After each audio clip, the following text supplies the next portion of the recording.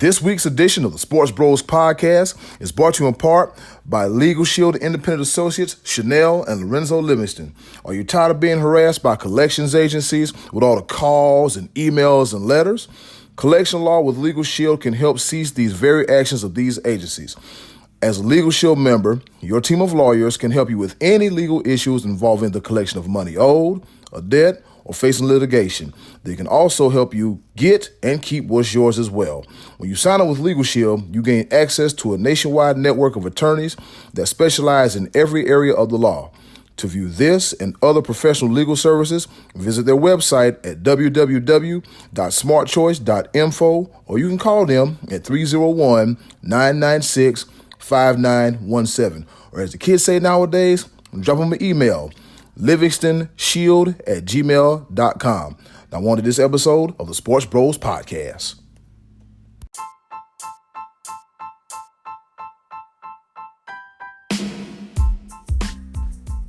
Welcome to the Sports Bros podcast with your host, the head of creative, Eddie Cool. Also, the almighty B-Live and the money man, Scotty D. And now, without any further ado, here they are, the Sports Bros.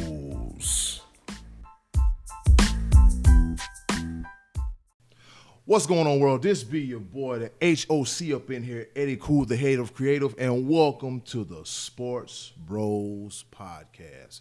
Guess what? We might have a different look, a different feel, because we are at the Sound Up Studios. An actual, real live studios. I can look to my right and see the almighty B Live, my left and see the money man Scotty D. I'm happy. We got all the Sports Bros in one place at the same damn time. And like I said, as always, I'm flanked by the almighty B Live. What's going on, Sports Bros family? This is episode number 13, and we're coming to you in North Myrtle Beach, South Carolina. 3 bros, one place, same time, man. I'm excited. Unfortunately, I got to look at Scotty D in front of me for the first time. It's a little rough, but you know what? I'm going to make it. It's going to be all right. And as always, we got the money man, Scotty D.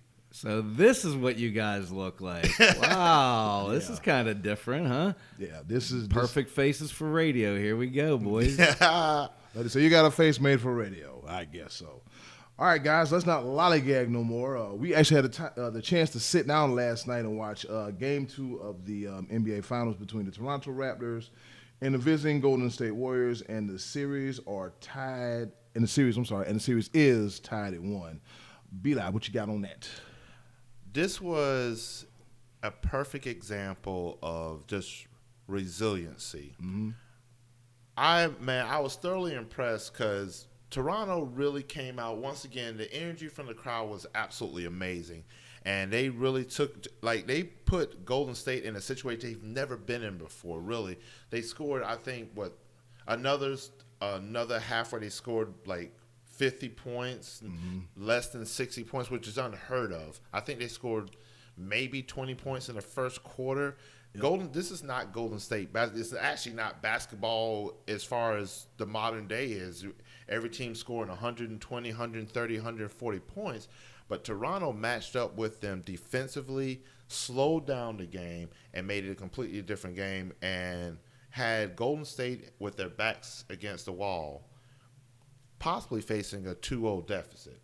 And then third quarter, Golden State happened. Yep. And we all know what third quarter Golden State is, and it was a completely different ball game. When Golden State goes on a run, they go on a run, and they will literally take the life out of the crowd, and that's exactly what happened. And Toronto never recovered. And me, honestly, I don't think Toronto may ever recover, because that was a confidence builder for Golden State, which they never really lack of confidence. Right. But it's one of those things where now they have a couple of days. They're going to the Oracle. They're going back to Golden State. There's a couple injuries here and there, but now they made it. They took the one game that they needed to now where Golden State has the home field advantage. So we'll see how this goes. But Toronto had that chance to put the foot on the neck and just let Golden State do their thing in the third quarter. And the rest is history. In the words of Dennis Green, they let him off the hook. They did let him off the hook. Yeah, they really. We said before the game last night they needed to win that game. Mm-hmm. They if they would have gone up 2-0, that's a whole different mindset. You got to win on the road to be a champion, and Golden State showed that they could do that last night. And we were talking about that you know, if they didn't take advantage of not having Durant in the lineup, then it could be a problem.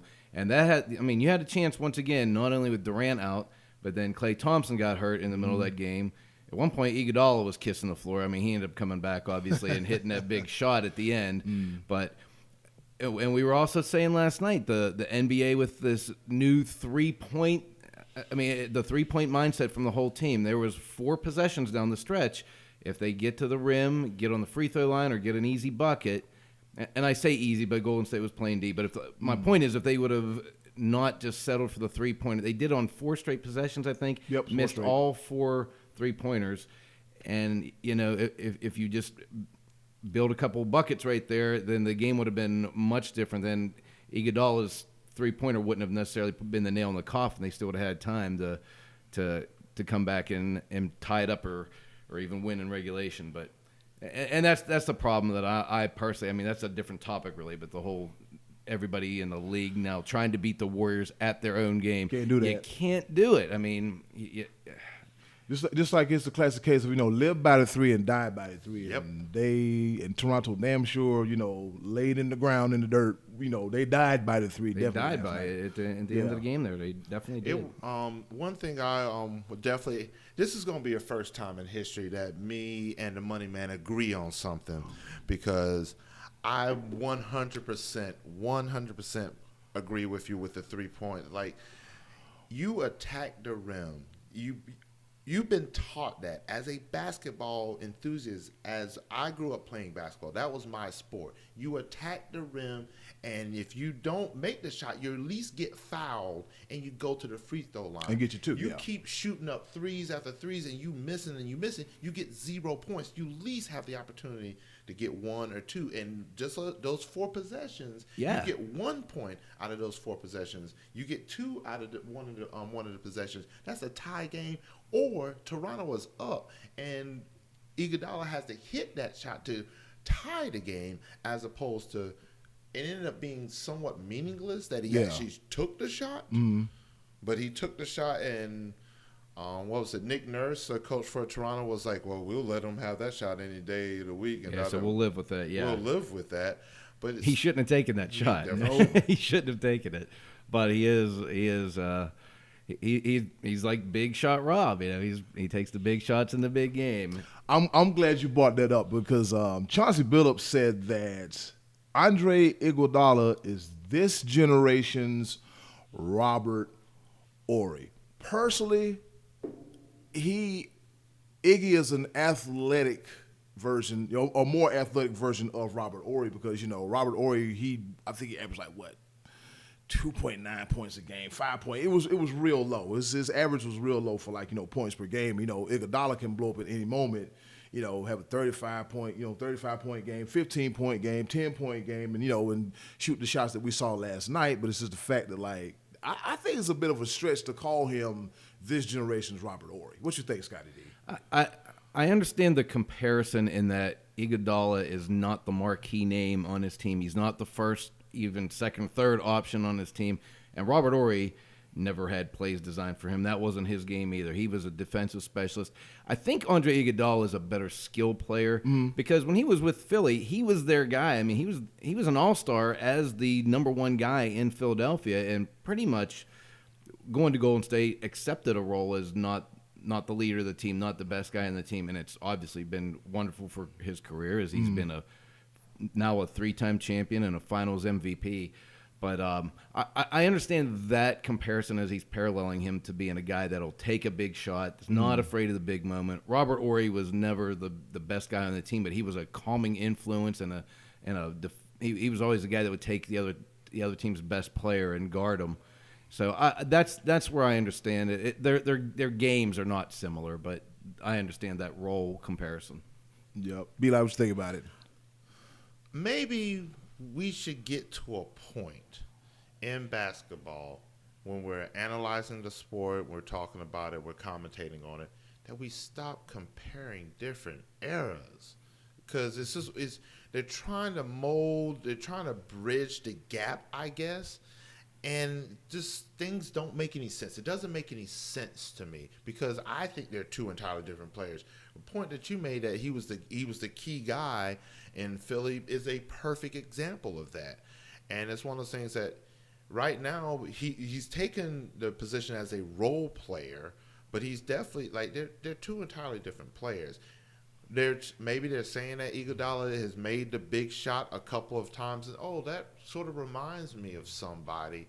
But to say that he's this generation's Robert Horry, I guess that's what they're trying to do. They're bridging the gap in something that's two entirely different eras. Yeah, like they keep comparing LeBron James to Kobe Bryant and Michael Jordan. It's two different eras.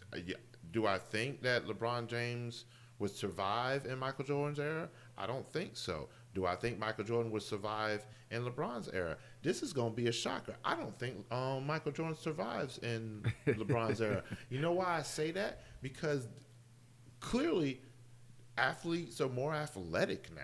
Yeah, that's true.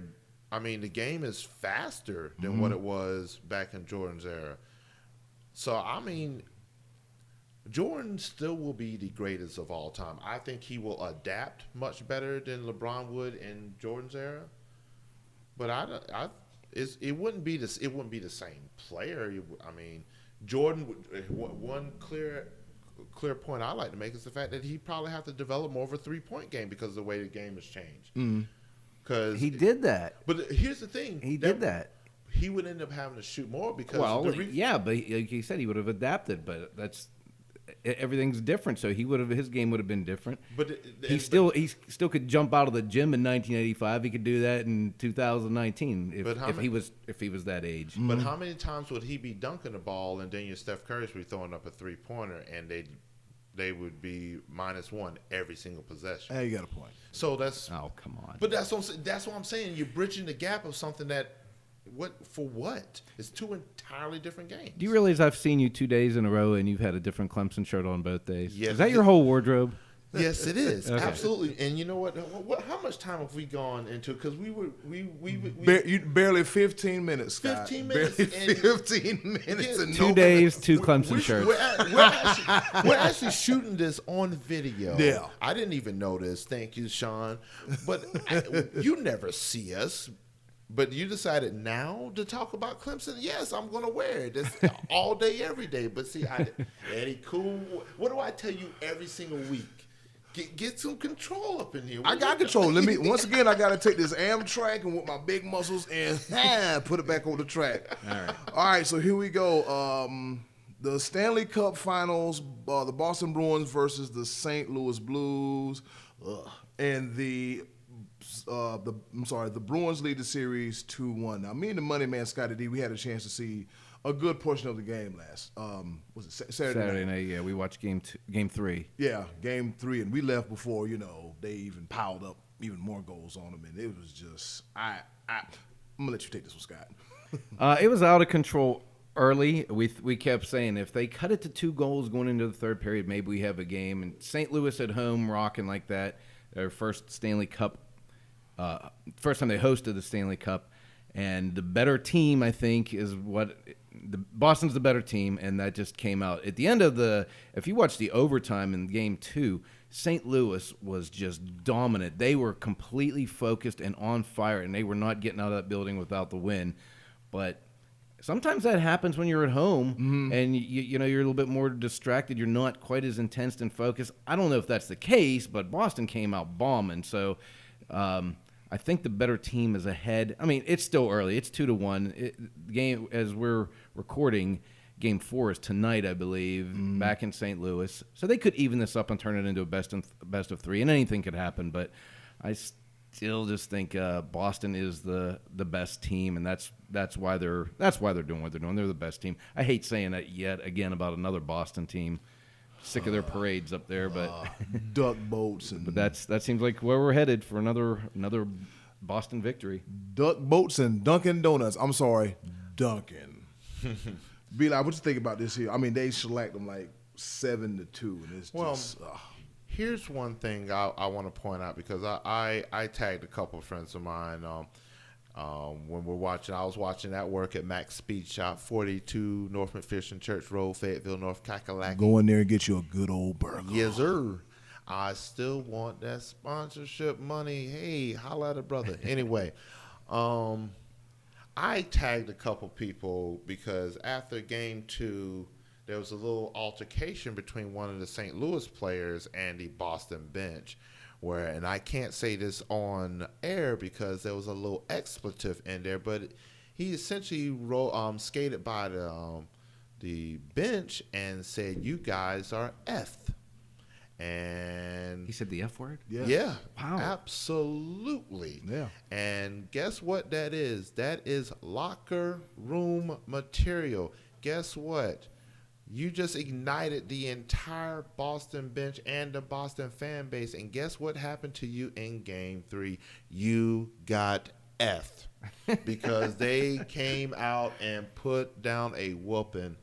They beat them senseless.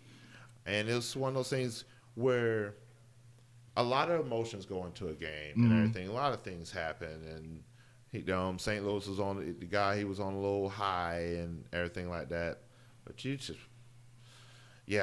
I saw that. I tagged a couple of my Boston fans, friends, and they were ignited. And they're sitting at a bar in Fayetteville, North Carolina. So can you imagine being the players on the ice?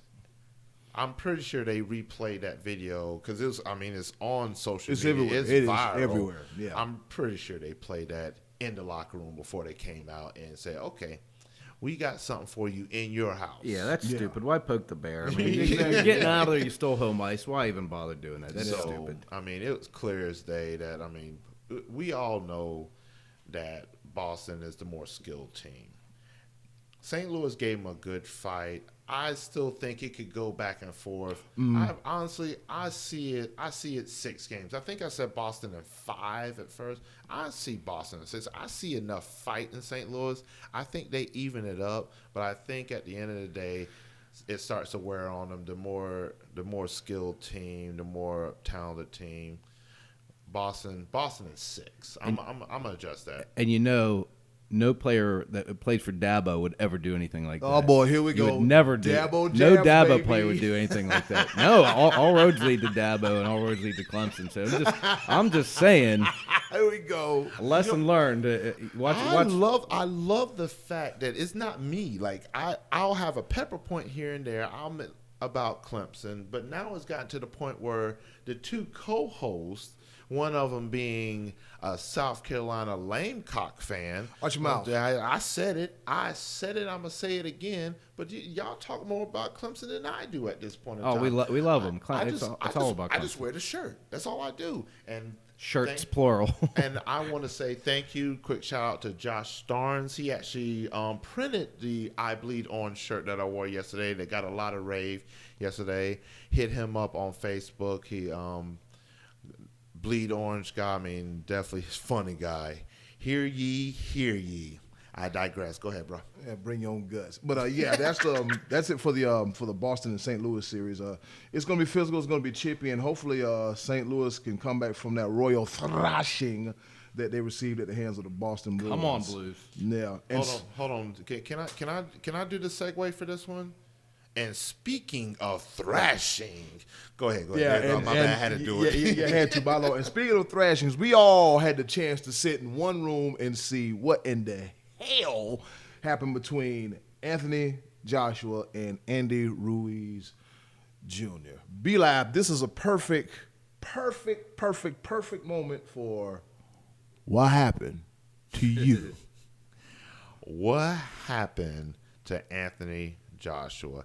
Because here's one thing. We got a chance to watch it again, but we actually skipped through the first 3 rounds, and we started watching it the 4th round of the match when we were together a couple last night, and we all were questioning why is the taller, with more reach, in better fit and shape, why is he not jabbing the mess out of him, keeping the distance where, Andy Ruiz couldn't get on the inside, and, he shouldn't have been able to touch the guy at all.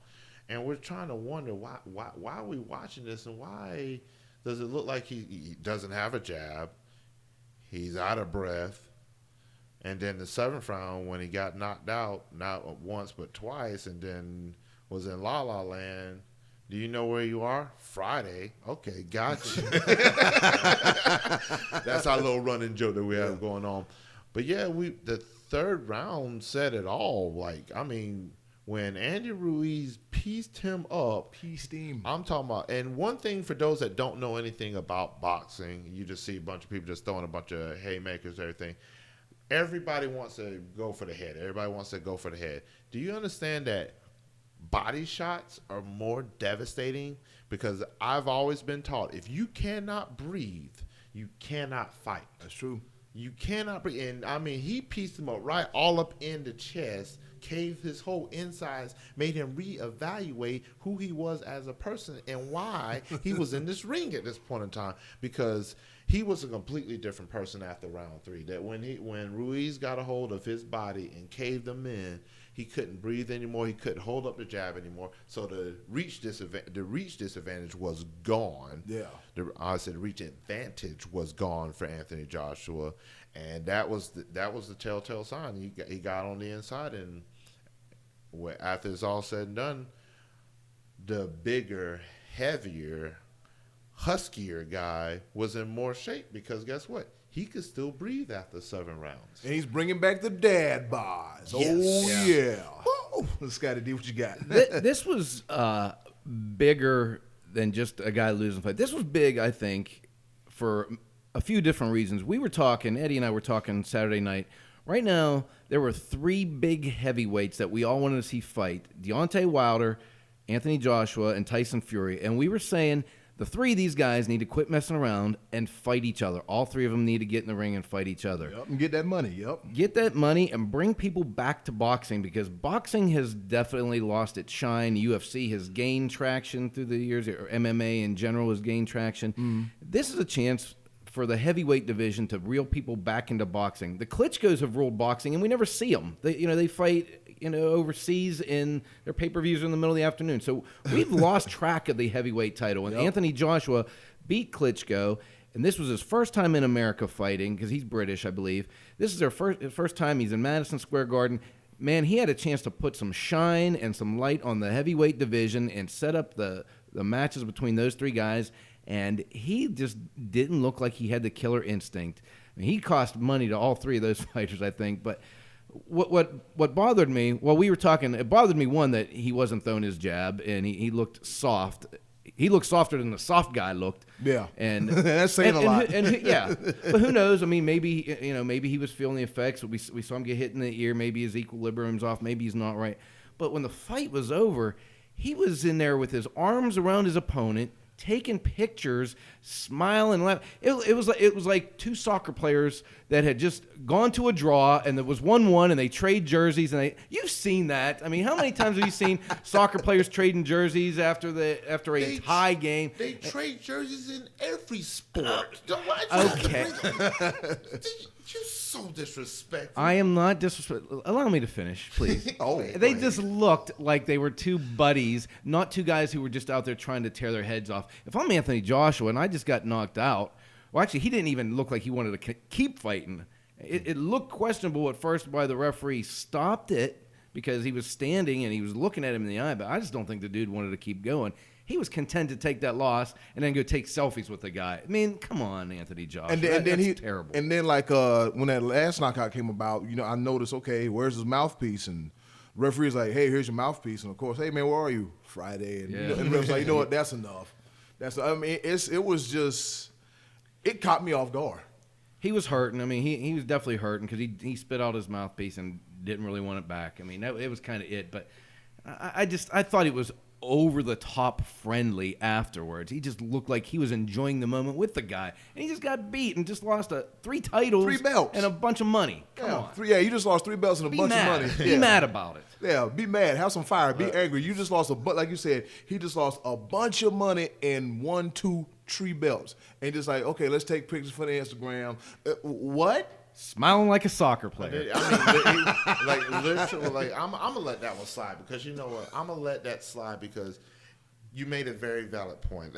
I'm not hugging you in a combat sport after I just lost to you. Like, that's not going to happen. Well, I'm not going to go as far as that because you see these UFC fighters a lot that they just talk mad trash, and when it's over, they hug it out and they bury the hatchet. But it was a different feel. That's what they embrace after. It's a show of respect. Yeah. But you're not posing for photos afterwards. Yeah, it just looked bad to me. That was like, what? Wait a minute. What? I said it like this, and I might catch some heat for this, but it almost looked like the match might have been fixed. Like, I'm just tell you right now, because he got pieced up, he was hurt a little bit, but it was one of those things where he literally looked like he gave up. Like, you're going down in the 7th, and then you know what? All right, and then because. He's from United Kingdom, Britain, whatever they call themselves this day, Brexit, whatever. I don't even know. He's from where they play soccer all the time, pretty much, yeah.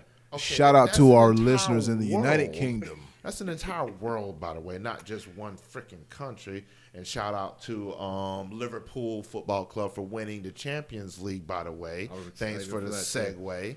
But with that being said, they do things a little bit differently in Great Britain. Because they shake hands. They shake and have tea at 4 o'clock. Let me see. Since we're on the camera, put the pinky up. And, Earl Grey. That was odd, to say the least. And one of the things, boxing is, as far as like your combat sports, UFC, even wrestling, they build a storyline behind it to sell tickets. I don't know if I ever want to see an Anthony Joshua fight again, because I'm like, dude, I want to see that killer instinct. I want to see you. I want to see you talk trash. I want to see the rematch. Like right now, it would be a decent rematch for them to have if they weren't hugging it out and having selfies and taking Instagram photos after the fight. Who wants to see that? Because I'm tell you right now, I don't think it's going to be a brawl. Yeah, because after seeing that photo op and the huggy and the kissy, that kind of did that kind of like that to steal a term from the wrestling business. It kind of killed the push, if you will. Right. It kind of killed the push. So I'm kind of like fire out of it. Yeah, it's like if they didn't have if they wasn't hugging and taking pictures and everything, okay, good. We can see them fighting. All right, good. It's going to be a heated rivalry. Joshua Ruiz too, and I guess this is over with. All right, and so after watching that, it was just atrocious. He gave up. All right, now we've come to our personal favorite section of the show. It is called the Choices of the Voices. In case you're unfamiliar with the Choices of the Voices, every week the Money Man Scotty D lays out a question, and you guys, you answer it. You answer it. We agree with your answer or not. You come through, you participate, and that's what we encourage. So, Scotty D, what was the question for this for last week's show that we're answering this week? Last week I asked, what athlete are you just ready to see retire? Now, I think there might have been a little confusion. I didn't say who do you think should or who do you think is ready to retire. It's who do you want to see retire for whatever your reasons are. And we had a bunch of pretty good responses. Yep, we had some good responses. And Uncle Max came through. Yeah, we missed him last week, so I told him we were gonna bring him up first this week. He said Odell Beckham Jr. He didn't elaborate, but I don't think he had to. His antics are enough to really rub you the wrong way. So thank you, Uncle Max, for the Odell Beckham response. We'll take that. Yeah, did you see Odell's car with was it Rolls Royce, where it pops up and it has him like the hood ornament, him doing the catch or whatever? Unlike some people, I could give two craps about Odell Beckham's outside antics. Show me something on the field. That's why I think Cleveland is going to do some damage. I don't want to see the man retire, but I just want to see his product on the field. I want to see, does he make Cleveland better? Yeah. Like, Uncle Max, I agree with the fact, like, I don't want to see all those antics. I just want to see him play. Yeah, play football. Play football. I could care less about the rest. And I mean, I want to see him cut his hair. I don't like the blonde curly hair. I think he looks dumb. yeah. I don't like the blonde curly hair. I don't like Ezekiel Elliott's abs, and I mean, there's a lot of stuff I don't like. You know, but that's hey, I digress. So. All right, so here we go. All right, Will Berry. We had to make sure we had to pronounce his name because we got a little bit of heat for it. And I was like, well, we pronounce your name the way that you typed it on the Facebook, so therefore we're going to say your name. Will Berry said, Big Ben and Antonio Brown, they both should retire due to their diva behavior. I kind of would, I don't know. I don't know how I feel about that one. But I see where he's coming from, you know. Well, that's the same boat as Beckham, Antonio Brown, the diva receiver role. A lot of people don't like that. I'm gonna say Big Ben should retire because he said he was going to retire. Yeah. But I mean, like what? Years ago. Yeah, right.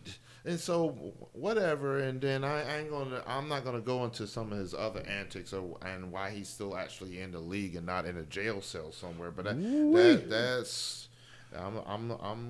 See. You gonna let it go? I will say this. I'm gonna give a quick shout out to a couple of Steeler fans out there. Veronica Bruno, love you, girl. Your taste in team sucks, but I still love you.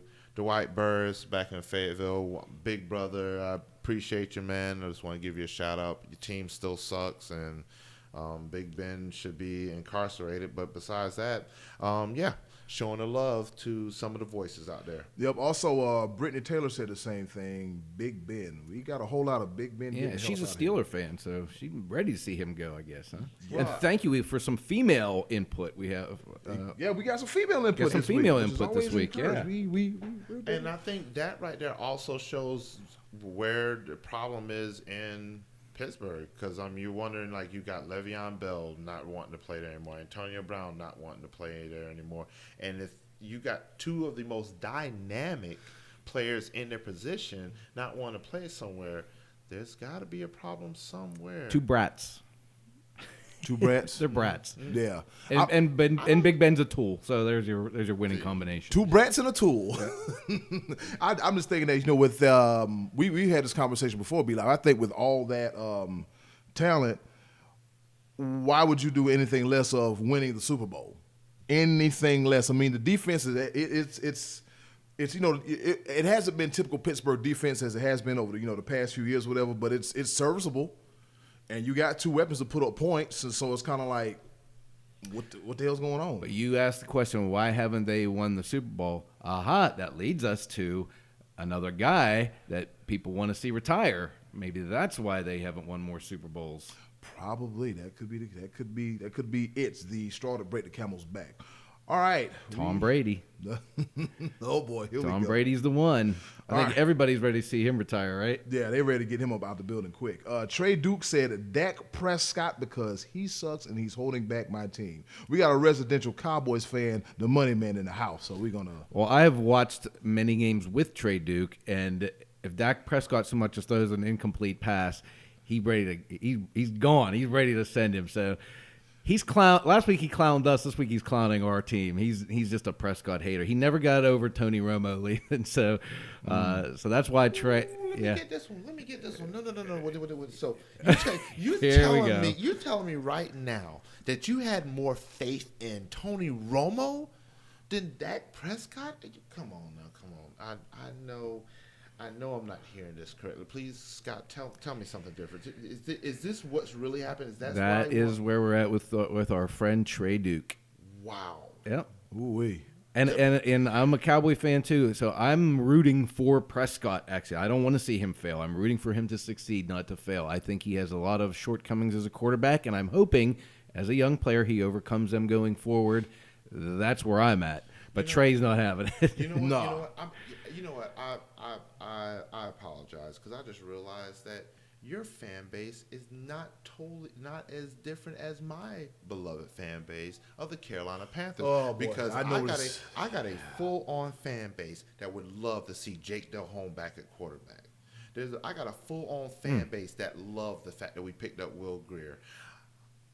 And it blows my mind. Some backwards thinking that Cam Newton has literally been the best thing that has ever happened to Carolina Panthers. I can tell you right now, if it wasn't for Cam Newton, the Panthers wouldn't be a $2.3 billion franchise. That's true. I can tell you that right now. So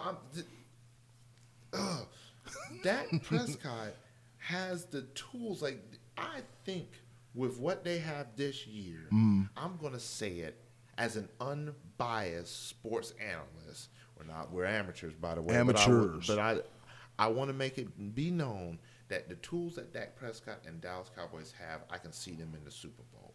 Oh yeah, I'd already predict they won't lose a game this year. We've already covered that. Yeah, absolutely. You'll learn. You'll Absolutely. learn. You'll learn to close the floodgates one day. You will learn to take your own foot out your own mouth. I appreciate the props. Jesus, but yeah, You gonna learn. So I get where some people like the traditional style quarterback that don't do much of anything, because Tony Romo, he was never a big time. Like, when he get you stats during regular season. He was, I mean, Listen, buddy. All right, listen. Oh my God. Because we're under time constraints, I'm gonna explain this to you maybe off the air or on a future show. But this is the choices of voices section. But I have a whole big theory on Roma that I'll be willing to share with you. That'll give us something to look forward to as we get closer to football season. Yeah, And I'll lay some knowledge on you there and give you a fresh perspective, like a perspective of a guy whose eyes are open and Okay. So and has a high sports IQ. Okay. Wow. I'll share with you. So my eyes are closed and I'm a sports No, dummy. I didn't say that. I didn't say All that. right, so here Back we to Eddie go. Cole here. Here we go. The show has been hijacked. Hell. All right, so here we go. Rodney Bellamy, shout out to Rodney Bellamy for coming through one more time, and he says Tom Brady. He went into like a lengthy explanation, but all I got to say is Patriots, Dolphins, division rivals. He's sick of looking at them. We are too. So, Rodney, I understand where you come from, but I wanted to see Tom Brady get the hell on with his beautiful wife and his bunch of money and his children. You noticing the theme here of the selections? Football players. Yeah. Everyone's picking football players. That just shows the emotion that the NFL brings out of your average fan. That was on the top of everyone's brain. Can't blame them. That's an emotional sport. And Brian Davis, he says Eli Manning. Agreed with that one. I'm with that one too. That's it. I just think want that's to unanimous. I just want to slap his face, no matter what he does. I want to slap Eli's face. But I love his brother. I just want to slap him. But the thing about it is that guess what? Eli Manning's never going to retire, because guess what? He cloned himself and changed his name to Daniel Jones. But if that ain't Eli cloned like I've ever seen, and the fact that they chose him over, oh my God, I forgot his name. Because Dwayne Haskins. Dwayne Haskins is laughable. Why? But we'll get into the Dwayne Haskins comparison during the football season. Football season is going to be busy, fellas, between college football and pro football. We're going to be busy, but that's good. That's what we're here to do. As long as they give us stuff to talk about, we're going to talk. Or should I say, we're going to opine about it. Right. Let's see. Here's an interesting one. Jana Clem, okay? She said she would like to see Patrick Mahomes retire. Now, see, going into his third year, the current NFL MVP, he can't retire. It ain't going to happen, okay? Get a good dose of seeing that number 15 Sundays, Mondays, Thursdays, whenever he feels like just throwing that ball all over the place. Minus Tyreek Hill, but that's neither here nor there. But him retire, what? All right, I'm gonna step in and defend this beautiful young lady, because I know where her heart is. She is all things Boston, and if you watched the AFC Championship last year, Mahomes pretty much was there to dethrone the king. If it wasn't for some idiot who doesn't know how to line up on sides, the Patriots wouldn't have even won that Super Bowl last year. The Chiefs would have been in there with the Rams. So Patrick Mahomes looks like he is poised to take the crown and keep it. Eli knocked off the king, and Nick Foles knocked off the king, but they didn't keep the crown. But Patrick Mahomes, he looks like the NFL's version of Steph Curry, where he's this exciting, dynamic, young player and does things that we're not used to seeing. And so I can understand where she's coming from as far as if you're a Patriot and you've ruled the roost all these years, he's a threat. So I can understand that. A threat to the throne, Yes. she says. A threat to the throne. So, be live. How you feel about that? No. He saw my point. That's why. You agree. I agree. I do not agree. Yep. I don't agree. That doesn't make any sense. She's a Patriot fan. You just won the Super Bowl. Why would you want anybody? Why? You just won. I would understand if you lost to Patrick Mahomes, you'd want to see the man retire. But guess what? The torch is going to be passed anyway at some point in time. Why would you want? Who's the Patriots' backup quarterback? Brian Hoyer? No, I'm joking. Alex Van Pelt. That doesn't even Steve sound Grogan. I think it's Steve Grogan. But my point exactly is like you just won. Why would you want to see somebody else just because they were a threat to you? Why? A threat to the throne. Yeah, I don't get that. You just won. That's just like me. Listen, I'm just trying to defend her. Again, another lady jumps in and shares her voice with us. It's Ladies' Day here. The first time we've had a couple ladies that have chimed in, that have opined. So that's why I'm. I just want to make sure that they'll catch this heat too. Oh no! Just want to make sure it's known. I love you. I haven't met you yet, but guess what? If I hear something, I'm gonna speak my piece on it. It would be just like me right now saying that, I want Nick Saban to retire because guess what? We just beat the brakes off of him. 44 to 16. That's what this question is about. I don't want to see Nick Saban retire. I want to beat him 3 more times. So he just want to rub it in his face as much as he takes great joy and pleasure taking an orange washcloth and just go and roll your tide with that. So who's your choice then? Who's okay? Well, we got everyone else's. Yeah. Yes, we got everybody. Thanks for participating in Choice of the Voices. So who's yours? You know who I would like to see retire, and it's completely different from what this list is. I want to see Vince Carter retire, and I want to see him get the farewell tour. Okay. That's a fair one. Yeah, I want to see him get all the pomp and circumstance that D-Wade got last year. I think Vince Carter has done a tremendous deal for the NBA. He was our version of Dominique Wilkins with the highlight reel. He was. He electrified. Best dunker ever. Yeah, that's what I'm saying. He electrified the sport and just the longevity. And he's still a productive. He's still playing. Yeah, he's still good.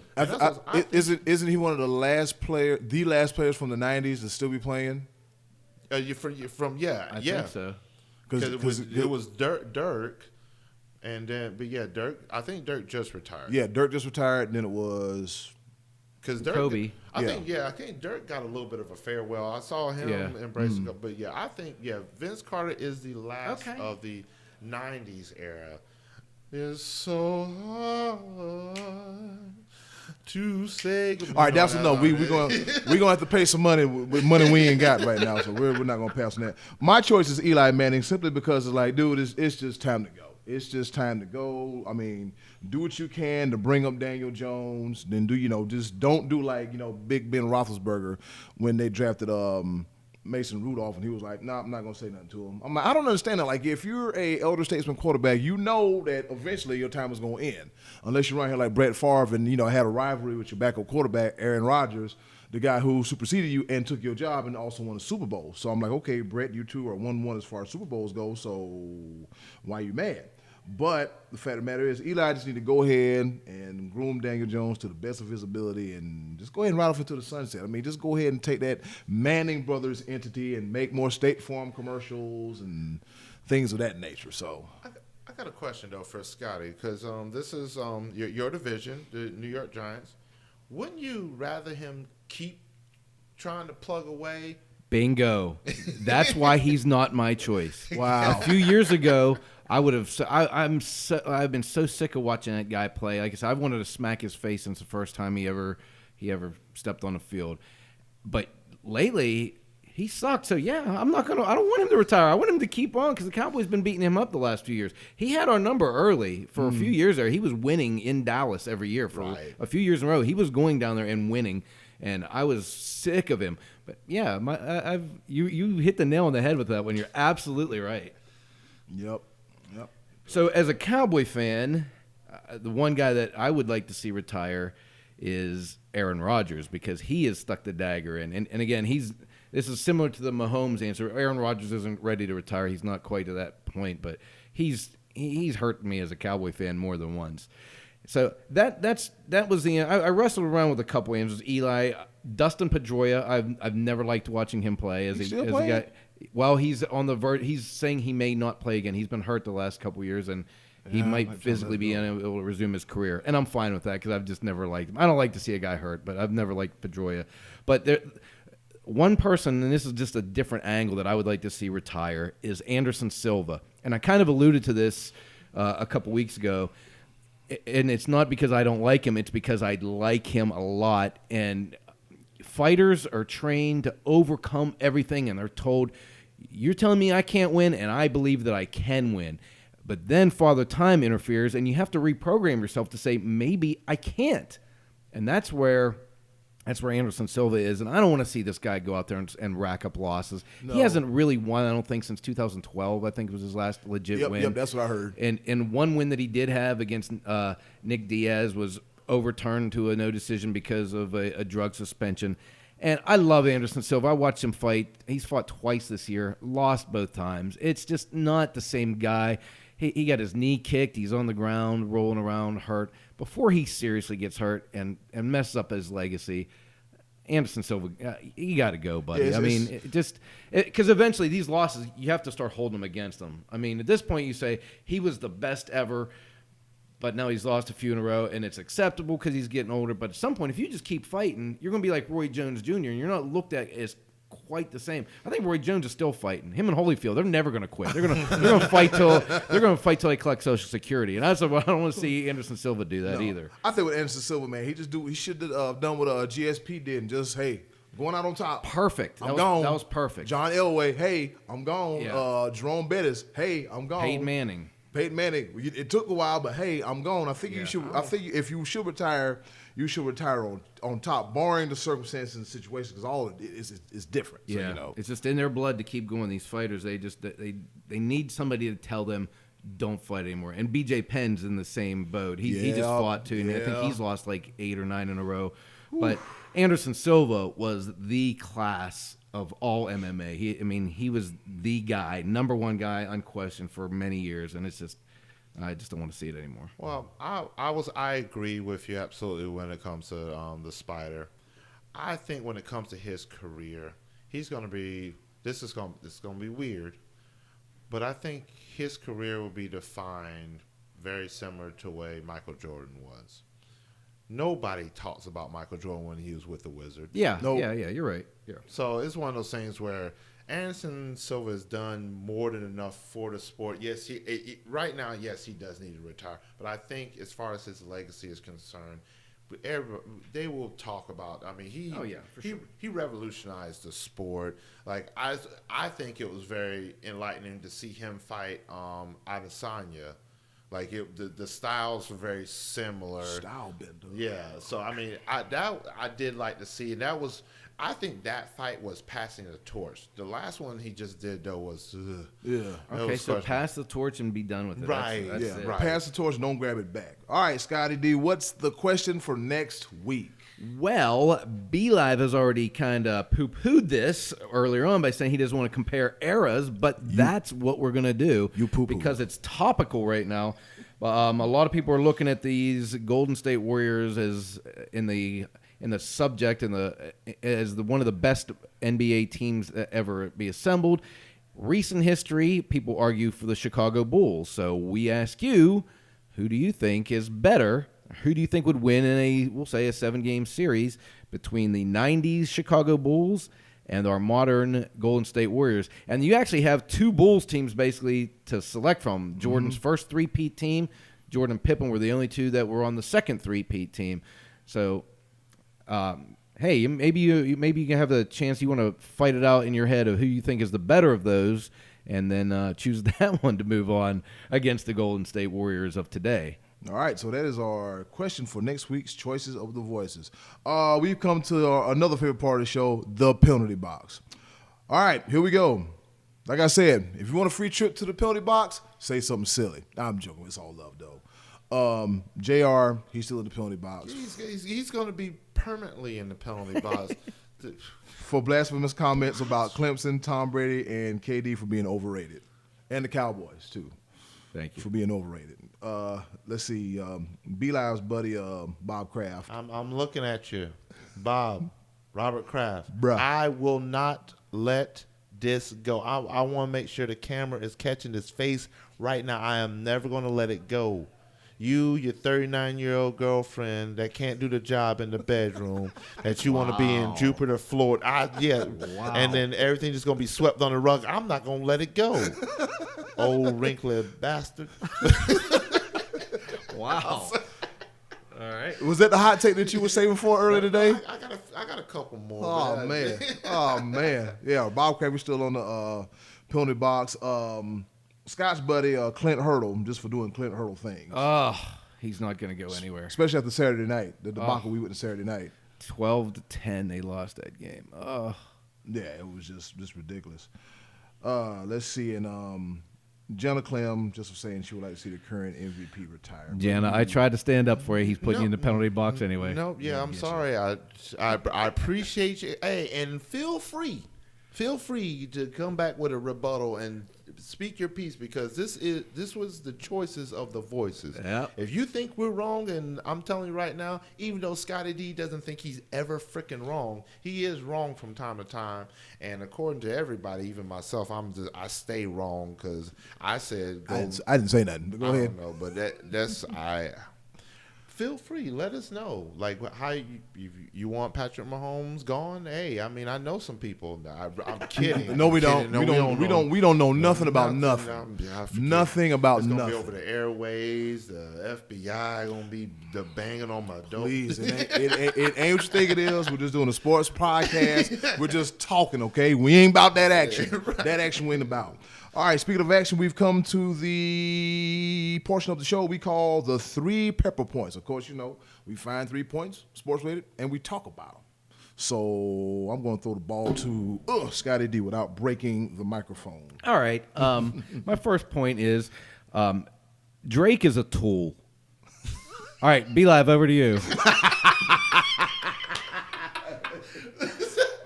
Are you going to give roll credits? Are you going to give an explanation, or is this just it? If you've seen him on TV, you don't need an explanation. He's a tool. All right, B-Live, you're next. Let me bring this back in real quick. That was a heater. That was 100 mile per hour right there. Or Aroldis Chapman on the back of my neck. We're supposed to toss the ball over to me.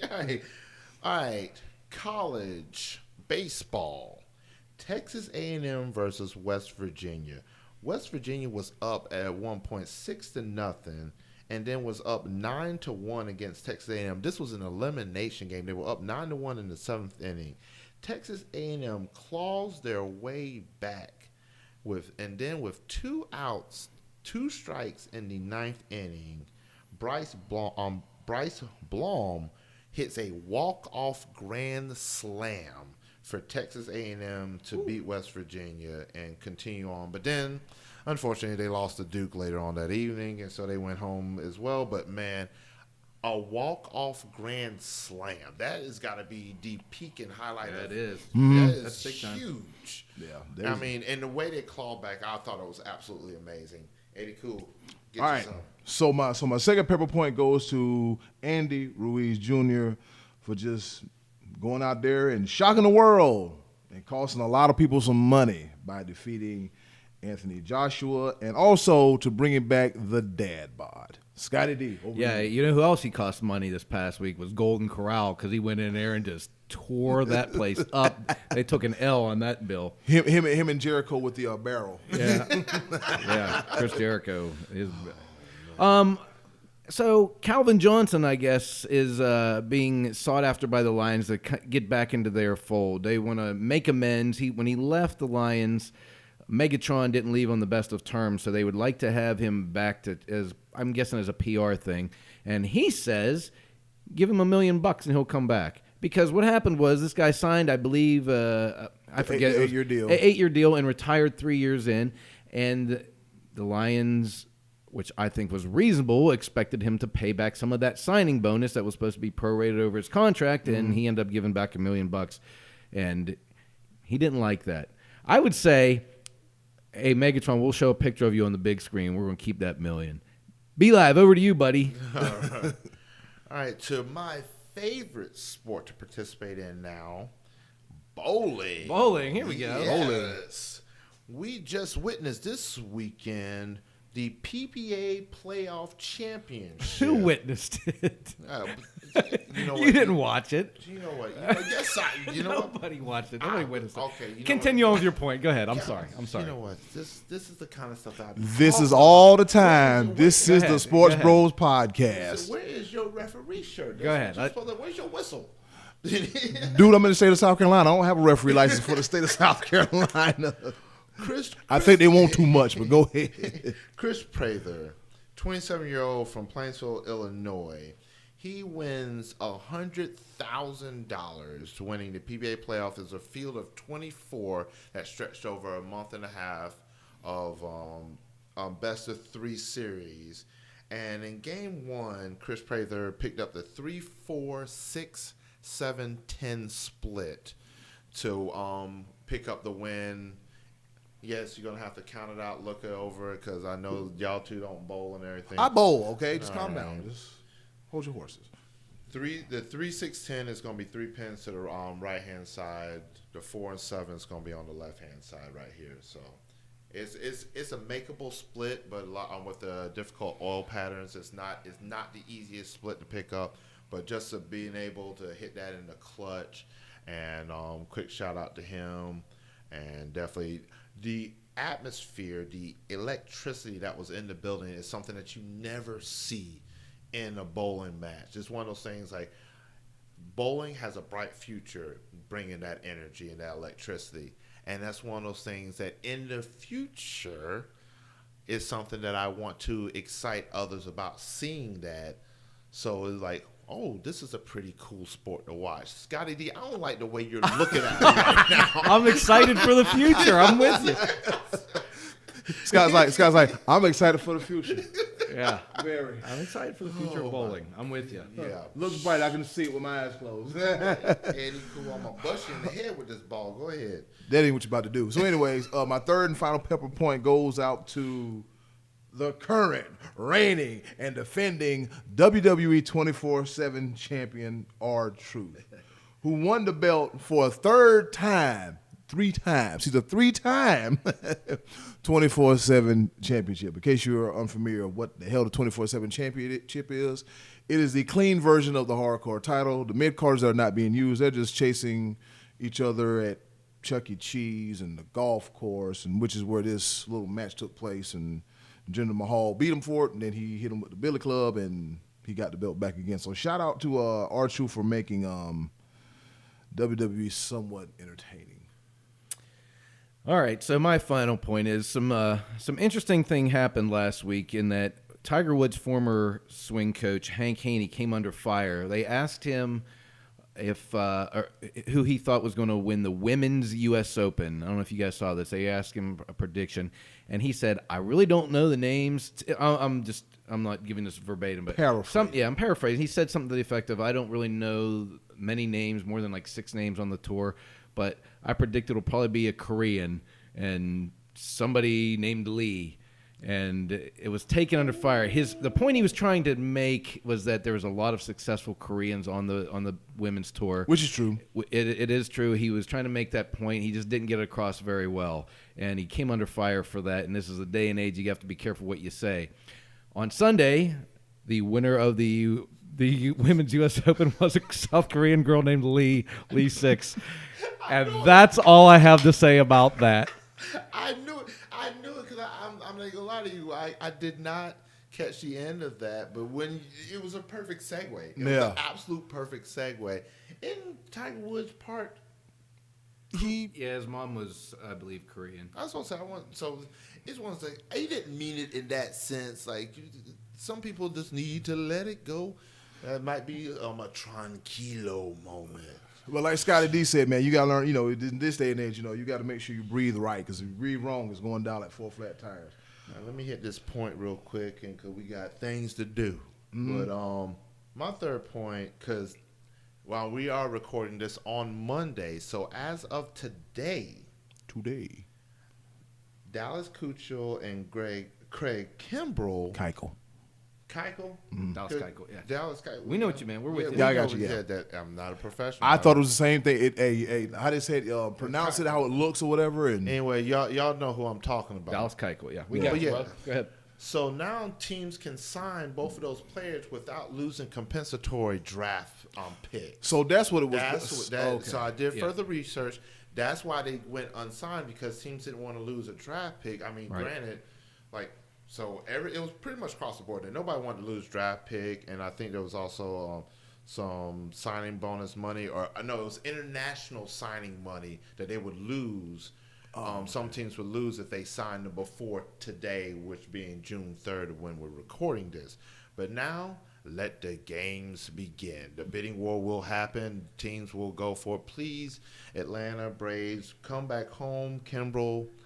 Those guys might both be employed by the time this people are listening to this. I'm pretty sure of it. Sure of it. Yep. All right, fellas, is that it? That's it, man. All right, fella. All right, ladies and gentlemen, worldwide, just to let you know, this is the SportsBros podcast. Be Live, where can they reach you?